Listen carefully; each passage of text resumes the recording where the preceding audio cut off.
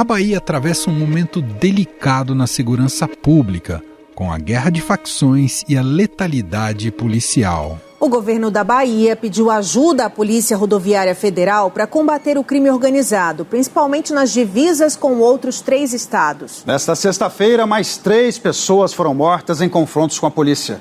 Essa onda de violência já fez 60 vítimas apenas no mês de setembro.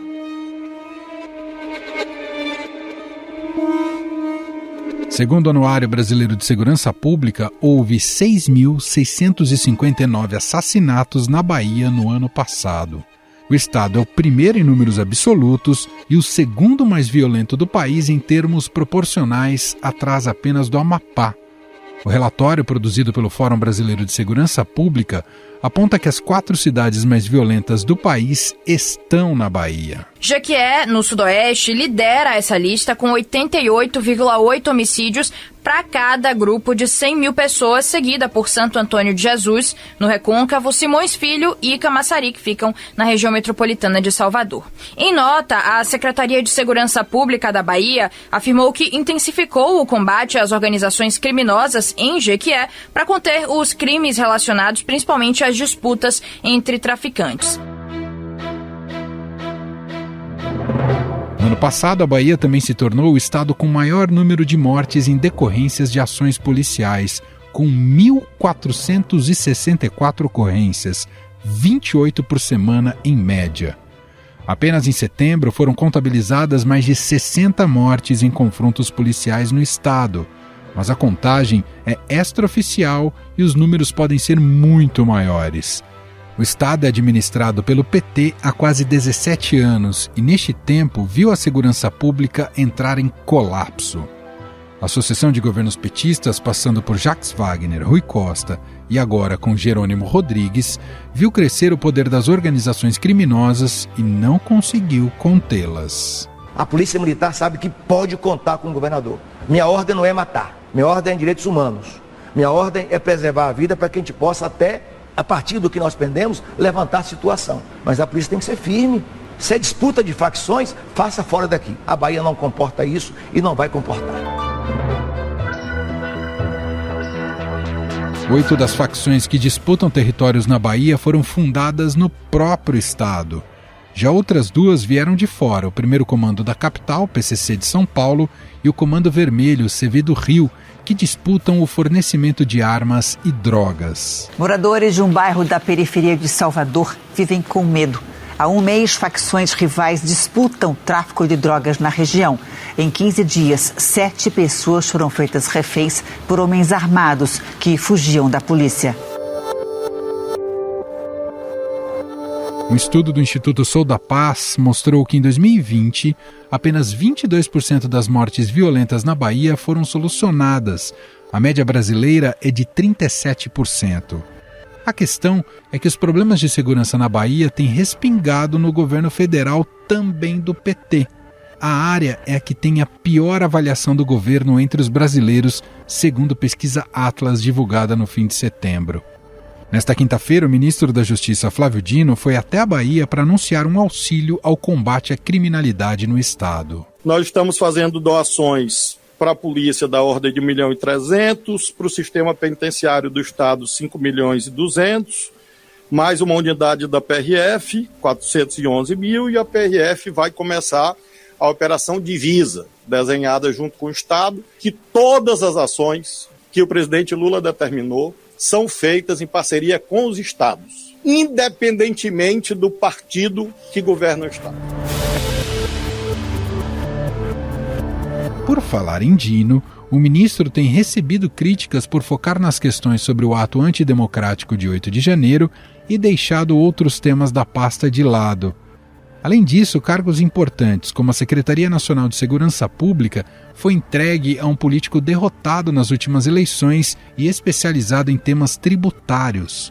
Como revelou a coluna do Estadão, Lula foi alertado de que o governo perdeu o debate e o PT acredita parte da culpa a Dino.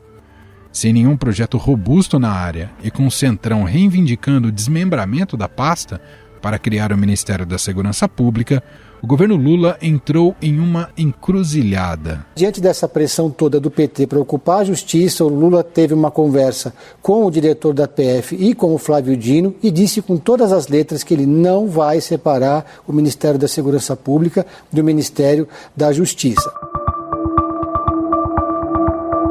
O governo Lula também enviou ao Congresso poucos projetos de lei sobre o tema da segurança. Em julho, o Executivo enviou ao Congresso um projeto para o enfrentamento da violência nas escolas, depois de um ataque com 2 vítimas no Paraná. Outro projeto visa aumentar a pena para os crimes contra o Estado Democrático de Direito. As propostas foram articuladas pelo ministro da Justiça, Flávio Dino, e batizadas de Pacote da Democracia. O projeto de Lula prevê até 40 anos de prisão para quem ameaçar a vida de ministros do STF, do presidente, dos chefes do Senado e da Câmara. O PT sempre se colocou como protagonista das pautas sobre violência policial, direitos humanos e de políticas sociais. No entanto, nos governos estaduais, o partido costuma adotar os mesmos expedientes que critica, como o aumento da letalidade policial. Isso ocorreu no próprio governo de Flávio Dino no Maranhão. Em 2021, o secretário de Segurança Pública de Flávio Dino, o delegado Jefferson Portela, chegou a dizer que se houver confronto, o bandido do lado de lá tem que tombar. 2.500 policiais, 2.400 policiais morrem por ano em confronto com o crime. Isso é culpa do secretário? Não. Eu queria que meu policial derrubasse o bandido. Eu queria que em todo confronto, o tombamento fosse do lado de lá. Recentemente, o ministro Flávio Dino apresentou o Programa Nacional de Enfrentamento às Organizações Criminosas. São previstos 900 milhões de reais de investimentos que vão atacar 5 eixos. Integração institucional e informacional, aumento da eficiência dos órgãos policiais, maior atuação em portos, aeroportos, fronteiras e divisas, aumento da eficiência do sistema de justiça criminal e cooperação com universidades e grandes empresas de tecnologia e cooperação entre as forças policiais. Afinal, essa alta letalidade na Bahia pode ser relacionada à má gestão na segurança pelos governos petistas? Qual é a responsabilidade do governo federal nesses casos? Sobre o assunto, vamos conversar com o coordenador do Centro de Estudos em Segurança Pública da PUC Minas, Luiz Flávio Sapori. Olá, Luiz, seja muito bem-vindo, obrigado por estar aqui com a gente. Olá, Emanuel, é um prazer participar do programa, um abraço a todos e todas que estão ouvindo o nosso podcast. Luiz, a taxa de homicídios por 100 mil habitantes na Bahia cresceu 1.393% entre 1981 e 2021. A letalidade policial também explodiu no estado recentemente. Ou seja, há um processo histórico de aumento de violência no estado, independentemente do partido ou grupo político que o governa.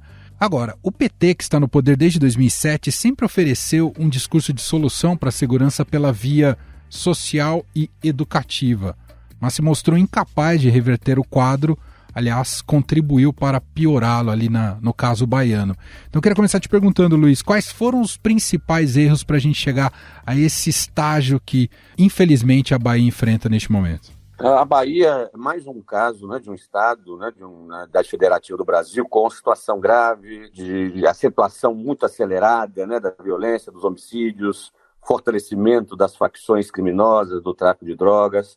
Vamos lembrar que isso está acontecendo na região norte como um todo, nos últimos anos. O estado do Amazonas está enfrentando situações similares, o estado do Amapá. Mas na Bahia, especificamente no Nordeste, é o estado que mais preocupa.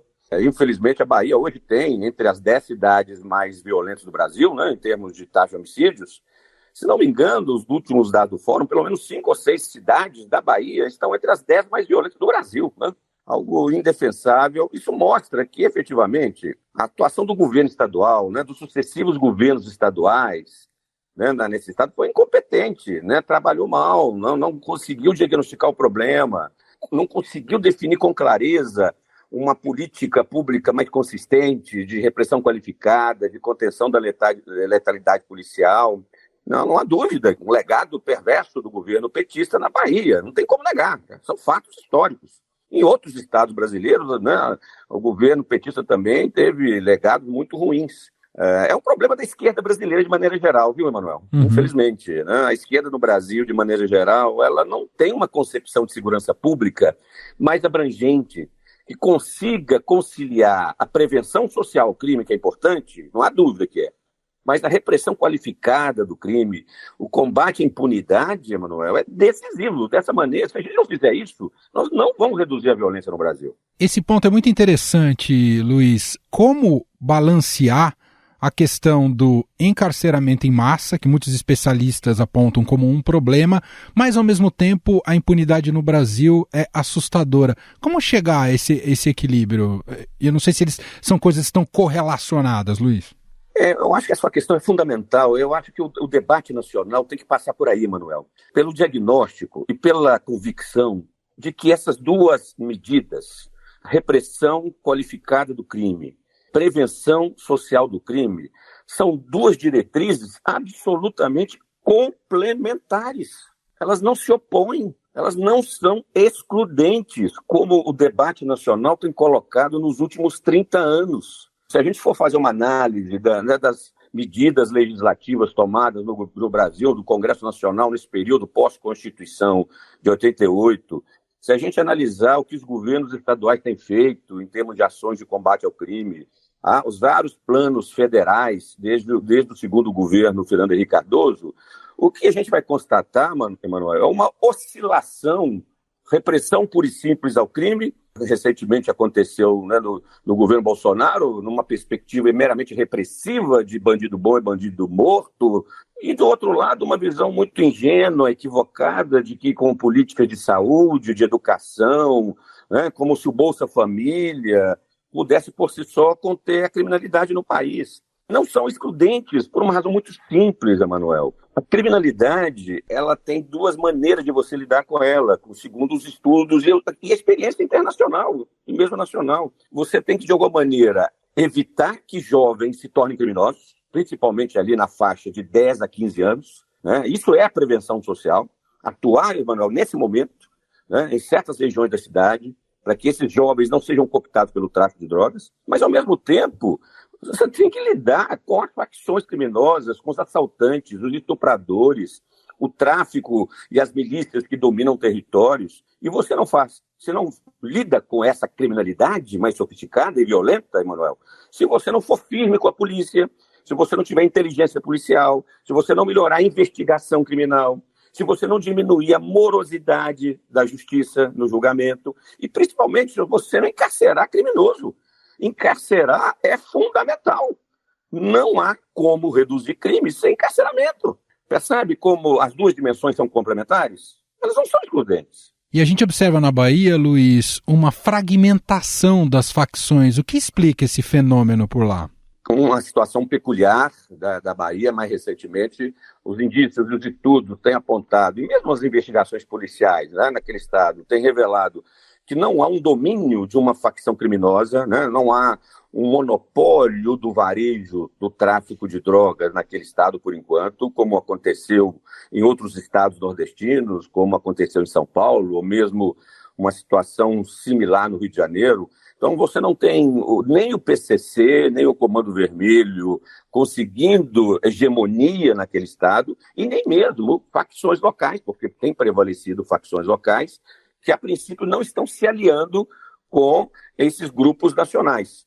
Tudo leva a crer, e as evidências apontam para isso, que o varejo do tráfico de drogas nas principais cidades baianas está crescendo. Isso significa que a lucratividade do tráfico de drogas está aumentando no estado. O tráfico, Emanuel, ele não vai proliferar na pobreza. O tráfico prolifera onde tem dinheiro. Não é isso? É comércio, é negócio. Se as facções estão disputando o território na Bahia, é porque a lucratividade, né, da maconha, da cocaína, do crack principalmente, e drogas sintéticas, está crescendo nesse estado.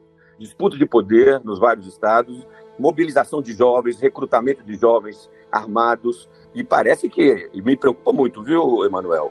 O uso de armamento pesado, né, de fuzis lá, parece que cresceu muito, né? Isso é um dado muito preocupante que aproxima a Bahia de uma situação percorrida pelo Rio de Janeiro. Né? Eu gostaria de ouvir o senhor também sobre essa alta letalidade das polícias na Bahia nos últimos tempos. Como é que o senhor observa esse movimento e se tende a ser uma resposta também, uma reação extremada diante da falta de ações coordenadas? A letalidade da polícia baiana, ela já é conhecida já de algum tempo. Ela não é algo de 5, 6 anos para cá. Temos evidências, né, dessa perspectiva, desse ethos, né, dessa disposição operacional, né, do policial na ponta, né, de ter uma ação mais letal no enfrentamento com o criminoso, uma perspectiva, né, de que do bandido bom é bandido morto, né, ou mesmo da guerra contra o crime. Isso parece que já tem conformado o aparato policial daquele estado já há algum tempo. E o resto sabemos que não é muito diferente de outros estados brasileiros, né, Manuel? Sim, sabemos bem disso. Né? Eu estou preocupado muito também na situação de Goiás ultimamente, viu, Manuel? Temos que ficar atento. A situação de Goiás, a situação do Paraná, nesse sentido, também está piorando muito. Mas, no caso da Bahia, essa polícia, nos últimos 10 anos, tudo leva a crer que uma certa leniência do governo estadual, da Secretaria de Segurança Pública, dos comandos, em tolerarem isso de maior intensidade. Porque a letalidade da polícia está muito relacionado a uma certa omissão de quem comanda a polícia. Há muita omissão de quem comanda a segurança pública. Uma omissão do governador. O policial da ponta, Manuel, ele sabe muito bem até onde ele pode ir com a letalidade policial.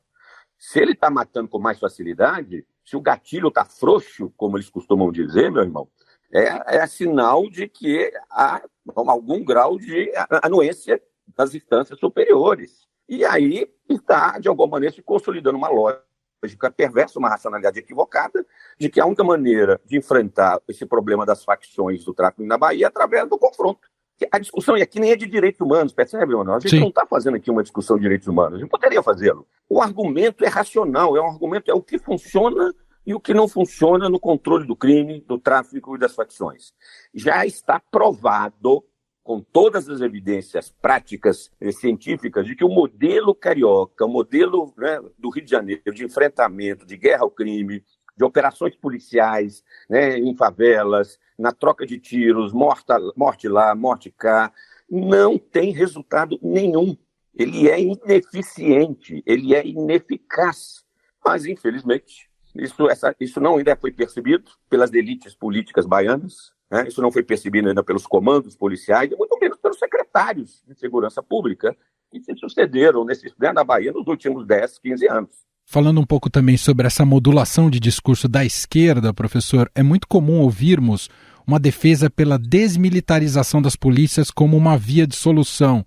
Isso tem condão de fato? É um caminho a ser perseguido? É um grave equívoco da esquerda brasileira defender a ideia de que a desmilitarização da polícia vai ser o condão mágico para diminuir a violência da polícia. Por uma razão muito simples. Não é o caráter militar da polícia que explica a letalidade policial no Brasil. Essa é uma interpretação absolutamente equivocada, sociologicamente sem fundamento, sem base na realidade. Alguns dados para comprovar isso. Algumas polícias militares do Brasil têm baixíssima taxa de letalidade. Vamos lá, estados de Minas Gerais, estado do Rio Grande do Sul. 2 polícias militarizadas, das mais tradicionais do país, têm um nível de confronto armado e letal com a criminalidade muito inferior ao estado baiano. E Rio Grande do Sul e Minas Gerais são estados economicamente fortes, onde o tráfico de drogas também está muito presente. A premissa do caráter militar como sustentáculo da letalidade não explica as diferenças, os níveis baixos de letalidade policial, comparativamente, em Minas Gerais, em Rio Grande do Sul e em alguns outros estados. Segundo, a violência policial, a letalidade policial no Brasil está muito relacionado ao que a gente chama de uma subcultura policial, muito incrustada, né, na história desse país, que não é só da polícia militar, ela também sempre teve na polícia civil, inclusive. Vamos lembrar que a tortura, quem sempre torturou no Brasil, Emanuel? Desde o início da República. Polícia Civil. A tortura era uma prática de onde? Delegacias de polícia.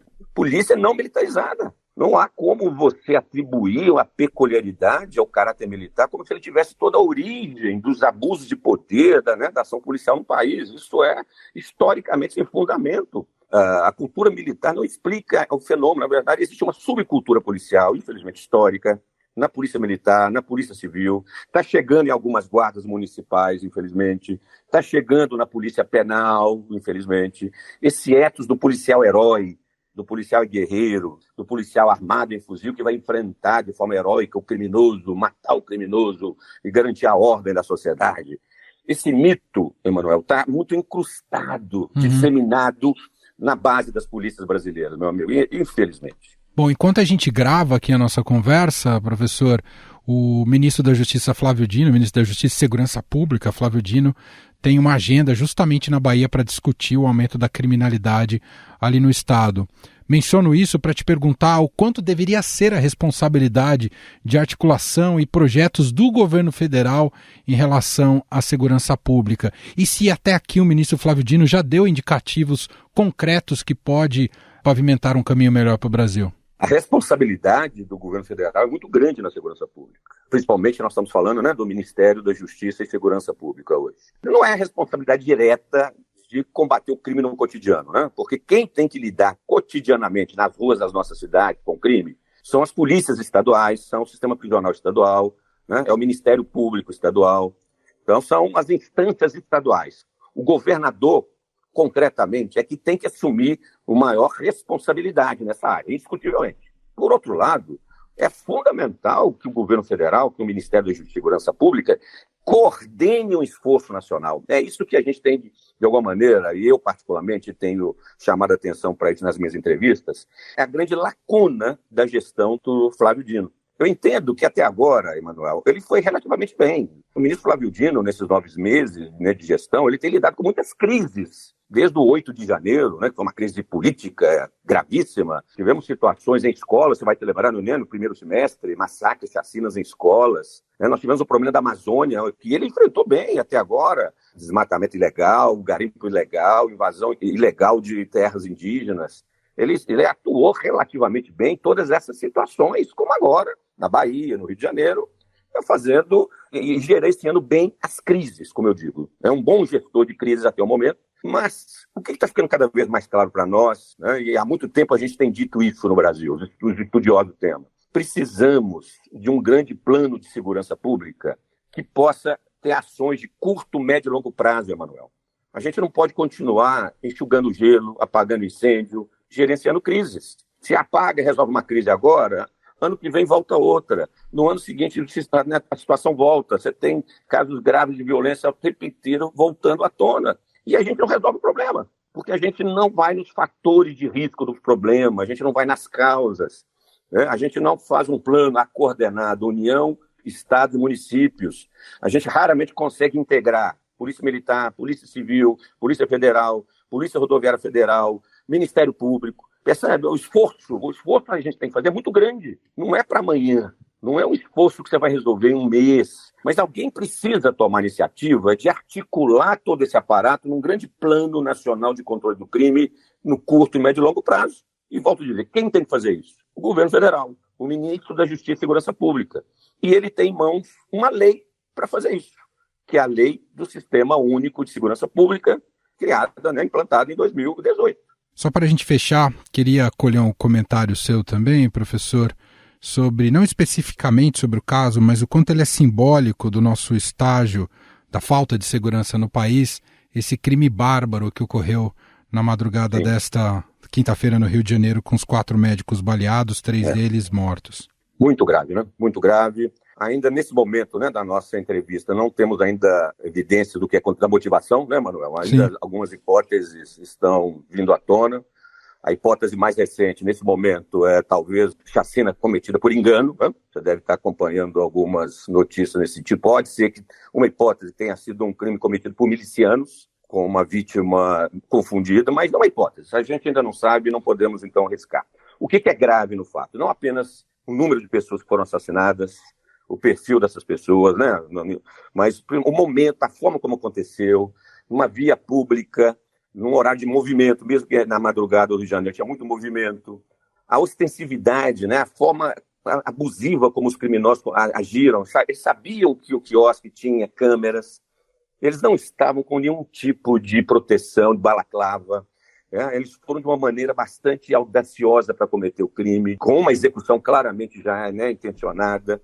Isso mostra um desafio, é um tipo de crime de instâncias organizadas. Essa é uma hipótese que me parece muito plausível, viu, Emanuel? Sim. Aquilo ali, tudo pode ser coisa de facção do tráfico ou de milícias. Eu, particularmente, acredito que deve estar muito por aí. Mas revela como a criminalidade organizada no Brasil ela está audaciosa, ela afronta o Estado de Direito assim na nossa frente. Uma certeza de impunidade, não é, professor? Exatamente.